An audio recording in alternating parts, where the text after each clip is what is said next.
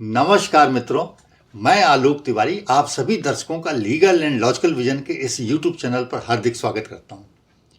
आज की वीडियो में हम चर्चा करेंगे एडवोकेट्स अमेंडमेंट बिल 2025 अधिवक्ता संशोधन विधेयक 2025 की। सरकार द्वारा प्रस्तावित ये विधेयक वकालत के पेशे में एक बड़ा बदलाव लाने वाला है। ये विधेयक वकीलों की हड़ताल पर रोक लगाने, विदेशी लॉ फर्म्स के लिए भारत के दरवाजे खोलने और कानूनी शिक्षा को आधुनिक बनाने जैसे कई महत्वपूर्ण प्रावधानों के साथ आ रहा है।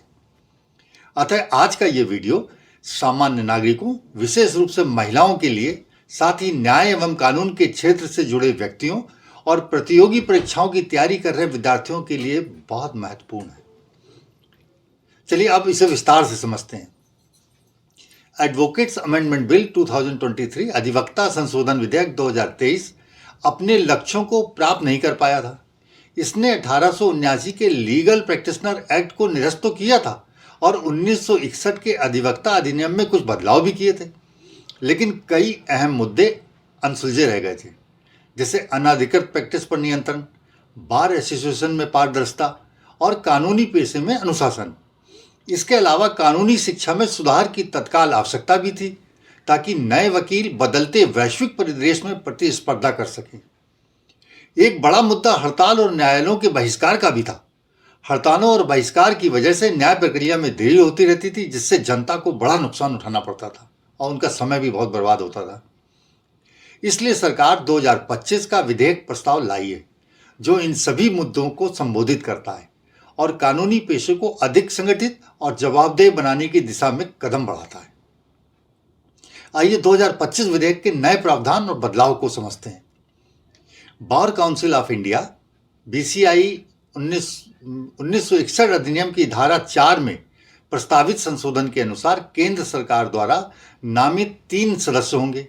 धारा 4 में इस बार 2 महिला वकीलों को शामिल करने के लिए एक नए संशोधन का भी प्रस्ताव है। मतलब सरकार जो है महिला सशक्तिकरण की जो बात कर रही है, इसलिए वो महिलाओं को भी ज्यादा अवसर देना चाहती है। कानूनी प्रैक्टिशनर की परिभाषा का विस्तार, धारा 2(1) में संशोधन का प्रस्ताव है। अब कारपोरेट वकीलों, इन हाउस लीगल एडवाइजर्स और विदेशी लॉ फर्म्स में काम करने वालों को भी इसमें शामिल किया जाएगा। पहले यह केवल वकीलों और लॉ फर्म्स तक ही सीमित था। धारा 33 से इस संशोधन द्वारा बार एसोसिएशन में अनिवार्य पंजीकरण का प्रस्ताव है। हर वकील को उस बार एसोसिएशन में पंजीकरण कराना होगा जहां वह प्रैक्टिस करता है। स्थान बदलने पर 30 दिन के अंदर सूचना देना अनिवार्य होगा। पहले यह आवश्यक नहीं था, जिससे वकीलों की जवाबदेही सुनिश्चित नहीं हो पाती थी। धारा 35 से में वकीलों द्वारा हड़ताल या न्यायिक कार्य बहिष्कार के प्रतिबंध का प्रस्ताव है, कि जो मेन मुद्दा ये था हड़ताल का और काम रोकने का। अब वकील अदालत के बहिष्कार, हड़ताल पर प्रतिबंध या कोर्ट का बहिष्कार नहीं कर पाएंगे। वकीलों को इस प्रकार विरोध करने की अनुमति होगी जिससे कोर्ट का कार्य या न्याय की प्रक्रिया प्रभावित नहीं हो। 2023 संशोधन में इस पर कड़ा नियंत्रण नहीं था, जिससे बार काउंसिल प्रभावी अनुशासन लागू ही नहीं कर पा रही थी। वकील हड़ताल पर चले जाते थे, लेकिन बार काउंसिल कुछ नहीं कर पा रही थी और कोर्ट ने भी कई आदेश किए, फिर भी नहीं हो पा रहा था। धारा 45(b) कदाचार अर्थात गलत व्यवहार एवं आचरण पर सख्त कार्रवाई का प्रस्ताव है। यदि किसी अधिवक्ता के गलत व्यवहार एवं आचरण से किसी भी व्यक्ति को हानि होती है तो उसके खिलाफ शिकायत की जा सकती है। मतलब वकील के खिलाफ भी अब शिकायत की जा सकती है। पहले कदाचार या गलत आचरण स्पष्ट रूप से परिभाषित ही नहीं था, जिससे वकीलों के विरुद्ध अनुशासनात्मक कार्रवाई होने में देरी होती थी। तो ये भी जनता के लिए बहुत बढ़िया बात लाई है। धारा 45 वकीलों की अनाधिकृत प्रैक्टिस पर दंड के प्रावधान का प्रस्ताव है। जो भी व्यक्ति बिना योग्यता के वकालत करता है उसे 1 साल तक की कैद और 2 लाख रुपए तक के जुर्माने का सजा का प्रावधान किया गया है। पहले यह मात्र 6 महीने की सजा का प्रावधान था। इससे फर्जी वकीलों पर तो लगाम लगेगी, उन पे भी लगेगी जो फर्जी मतलब बन करके, जिनके पास डिग्री नहीं होती थी, वो भी जो है कोर्ट में पहुंच जाते थे और करने लगते थे वकालत। धारा 49(b) BCCI bar council of India पर सरकारी नियंत्रण का भी प्रस्ताव है। अब केंद्र सरकार बार काउंसिल ऑफ इंडिया को आवश्यक निर्देश दे सकेगी ताकि पेशे में पारदर्शिता बनी रहे।